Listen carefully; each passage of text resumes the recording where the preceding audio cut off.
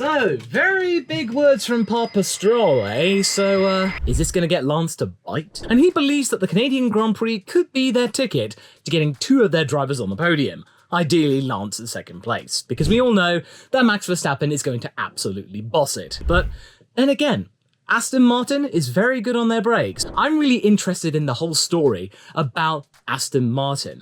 Their upgrades are pretty big. And according to everyone in that team, everyone is so pumped up. They've actually been very careful throughout this whole season, being very measured, very calm. The team principal, Mike Crack in particular, saying, we are going by the numbers, which was very evident in Monaco. But whatever they've added, they clearly seem to think it's going to be very good. And so therefore, Lance Stroll's dad has said, I want a double podium. And ooh, I think the cracks are starting to form here, because I think Lawrence Stroll is actually starting to figure out that, ooh, okay, we're not second place in the constructors because of Lance, so boy, step up. I know I'm being a little bit too harsh on Lance and I want him to do well, and if he does do well, I will give him credit for it. But now we're actually starting to hear a little bit of pressure coming from his papa, and I think now Lance is actually really starting to feel it, because a lot of the time throughout recent years, he can get away with all of this kind of stuff if Aston Martin were P5 or low in the constructors, but now they're at the top. So I feel that really now Lance has to step up, and it's great that his father has a lot of confidence in him, but is this confidence well founded? Well, we'll have to find out in terms of the Canadian Grand Prix, my second favourite track on the calendar. You can actually check out my 107% time trial challenge video that I've actually played in the new F123 game, link up top. But I'm definitely curious to see if Aston Martin's package is actually the bee's knees and how much closer they can be to Red Bull in terms of actual giving them a challenge, because we actually kind of need it at this point, because we're only a couple of races away from the midpoint of the season. Can you imagine that? It feels like it's been a really long year and yet not a long year in a way. But let's talk about the rest of the team, shall we? Because I think Mercedes are definitely on the up. Lewis Hamilton absolutely loves the Canadian Grand Prix. He has won this race a record 7 times along with Michael Schumacher. This is where he's got his first win. So to think that Lewis Hamilton will not be up there in the mix for a podium is a little bit of a fool's errand. Even when he doesn't have that good a car like in 2009 and last year.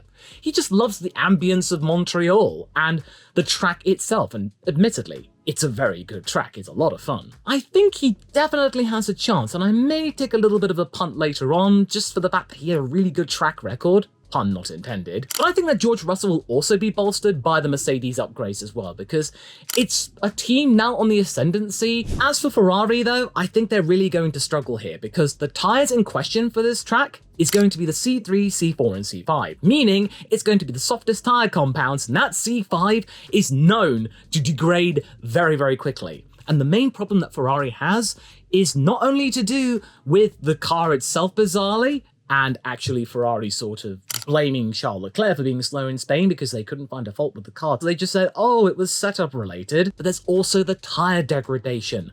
There is no way that Ferrari can rely on a soft tyre strategy. They are going to be very lucky to get anywhere near 5th place in Q3. So I'm thinking that we may see one of the Ferraris out in Q2. Whether or not it's Charles or Carlos, I don't know. But speaking of Carlos, he's actually getting on with the car a lot better than Charles. It's something to do with Carlos realizing, I can't rely on the team themselves, I have to start making calls. As far as I'm concerned, I'm having a very good season at the moment, and I think it shows. This is just going to be a track that Ferrari is going to want to see the back of, quite frankly.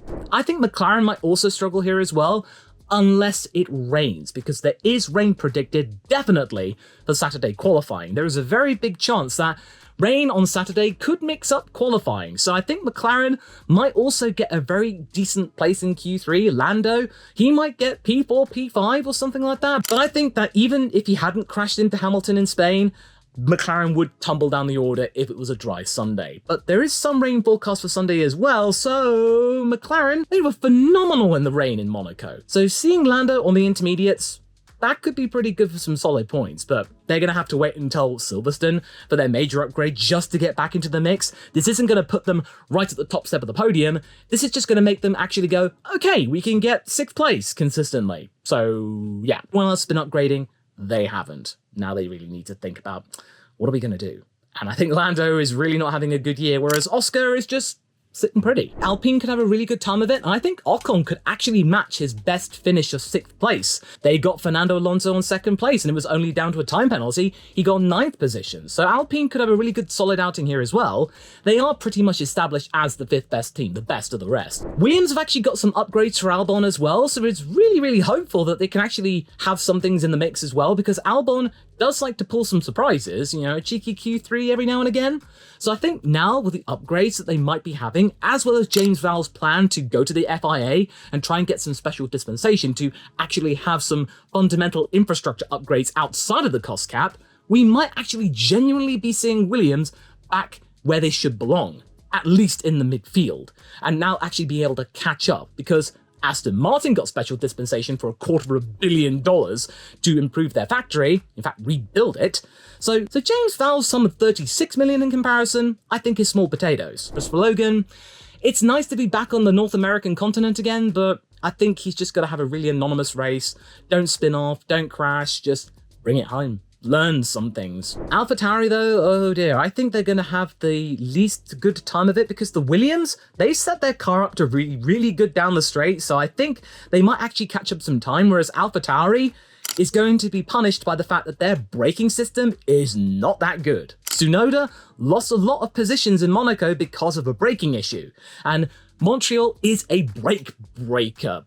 Is that even a word? But in any case, the AlphaTauri team, unless they've sorted out their brake issue, it's not going to be a fun time of it, that's for sure. So I feel like, Tsunoda, it'll be a miracle if you get to P11, my buddy. But I hope you do well. Haas, though, I don't really know. I mean, it's so weird that Hülkenberg can qualify really well and then it all falls back. I don't mean to be mean to Haas at the moment. I try and put the whole thing with Gunther aside. I've got to look at them as a team, and they really don't seem to be improving all that much. Either that or their upgrades are just very minuscule and consistent. At the moment, their qualifying is okay. They just really need to capitalize on and actually get some points for once, because Zhou Guanyu has now actually matched them in terms of the constructors for Alfa Romeo. So now it's just going to be a case of hopefully they don't finish 8th, or maybe if Williams come up, maybe 9th. I don't really think they're on the up and up. I think they're just trying to stay afloat. Right, okay. Let's get to the actual predictions themselves for my top 5. I think it's safe to say Max Verstappen is definitely going to get the win again. There is really no sign that he is slowing down, and the Red Bull seems to be a really good car wherever you put it. And on a place where there are multiple DRS zones, like 3 of them, especially down a really long casino straight, oh, that's going to be mighty, and its brakes are pretty good too. It just doesn't really seem to be that much of a problem for the Red Bull car, so Max is just going to romp away. Maybe not by 30 seconds, but at least a solid 20 seconds plus. Then I'm actually going to say it's going to be Lewis Hamilton, but it's a distant second. The fact is, like I said, his track record here is just something you cannot ignore. Hamilton is buzzed by this track, he absolutely adores it, and now he's in a car which he is absolutely feeling the vibe for. And when you have that, the car being along with you for the ride, you're going to actually pull out a lot of surprises, and I feel like Hamilton could actually go for a P2 again. Who's going to join them on the podium? I think that the upgrades will be enough for Fernando Alonso to get P3. I think he'll also be quite close with Mercedes, but I think Hamilton might just edge it. But I feel that Alonso definitely has the motivation to get back on the podium. He's been really spirited in terms of getting back on the podium, saying that the Spanish Grand Prix was the last race they're not going to be on the podium. I really like that fighting talk, and I really hope it's justified, that these upgrades are going to come true, but it's certainly not going to be Lance on the podium. It's going to be Fernando. And I don't think that Fernando will actually be going easy on Lance this time around. I feel like Lance is really going to kind of struggle with all of this pressure, and ultimately he's not going to be up there. He is going to flounder because everyone's eyes are on him, and he's doing really well so far in the media pen to not show it, but I think the track will show it for him. As for P4, I think it's going to be Checo. Checo's not had a really great time of it the last couple of races, so I think getting P4 will be enough for him to kind of get the eyes off of him in terms of his performance, but I think that the rest of the other drivers are going to be sort of more competitive for him.